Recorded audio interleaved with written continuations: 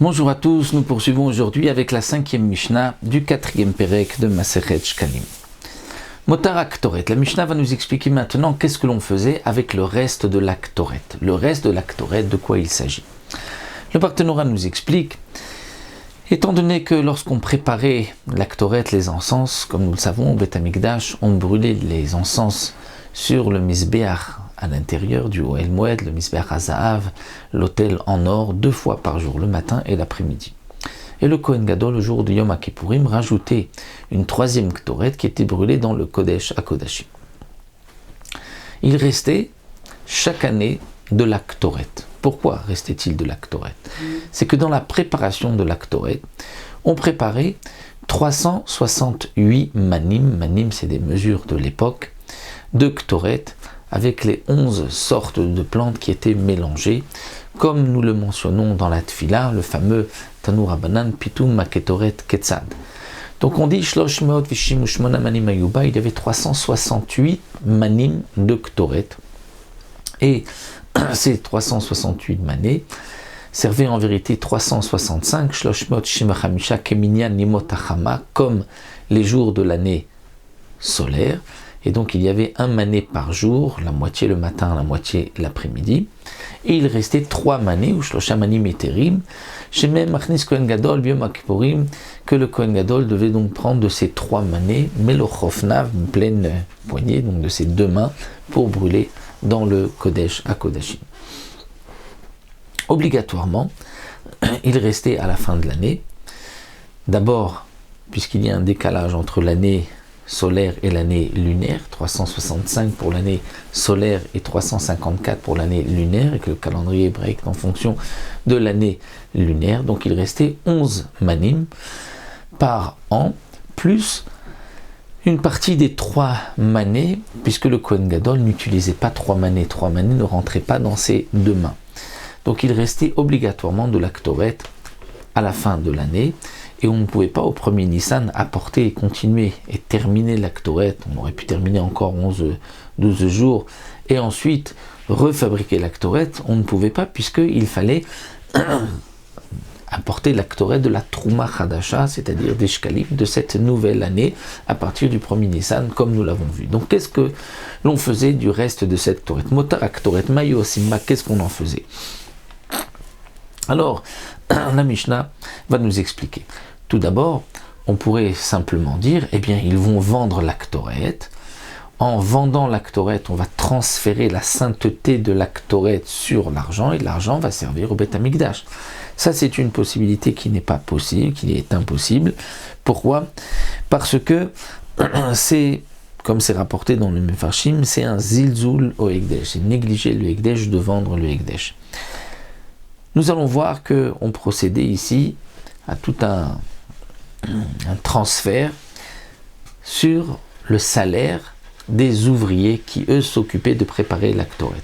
Là encore, on pourrait se poser la question pourquoi on ne donnait pas directement la Ktoret à ces ouvriers. Donc là encore, les Mefarshim répondent parce que la Ktoret ne peut pas, sa Ktusha ne peut pas disparaître, ne peut pas être enlevée lorsque on va par cette Ktoret payer le travail des ouvriers. Il n'y a pas de contrepartie. Donc, comment va-t-on faire?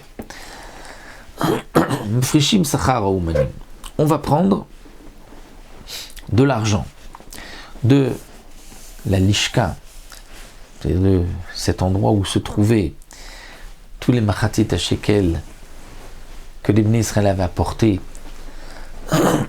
l'année dernière, et on allait prélever le salaire de ces ouvriers qui, eux, préparaient la Ktoret. En général, c'était la famille de Aftinas, comme c'est rapporté encore par la suite. Donc, s'il fallait les payer tant, on prenait leur salaire, et ce salaire-là, on le donnait à un des responsables du Hekdesh, des Gizbarim. On disait, voilà, tu vas prendre ce salaire-là, et tu vas lever cet argent, et ainsi être mézaké, c'est-à-dire cet argent va appartenir maintenant aux ouvriers en contrepartie de leur travail. Et donc, cet argent devient maintenant profane. C'était de l'argent Kodesh, puisque ça provenait de la Trouma, on va payer les ouvriers, cet argent devient profane. C'est vrai qu'on peut se poser la question, mais généralement pour que la kedusha de l'argent disparaisse, il faut que cette kedusha se transfère sur autre chose. Et là, ça ne se transfère pas sur... C'est abstrait le salaire des ouvriers, ce qu'ils ont fait pour préparer la Ktoret.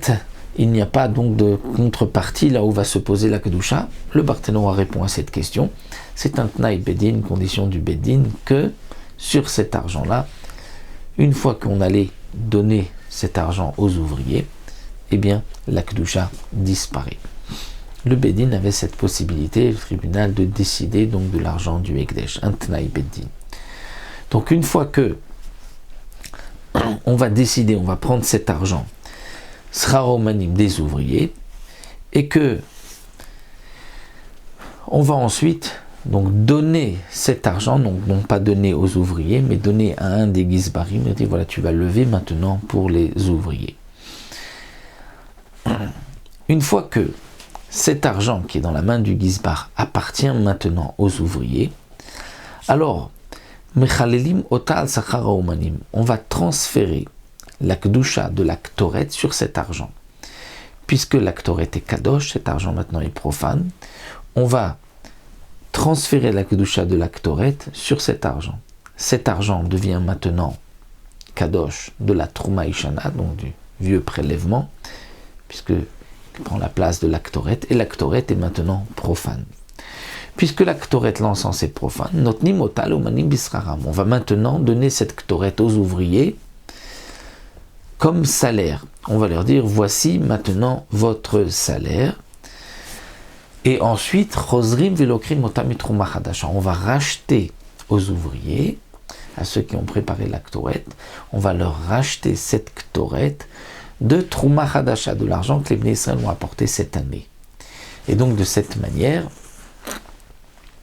on aura de la Ktoret qui a été achetée avec l'argent de cette année-là. La Mishnah termine,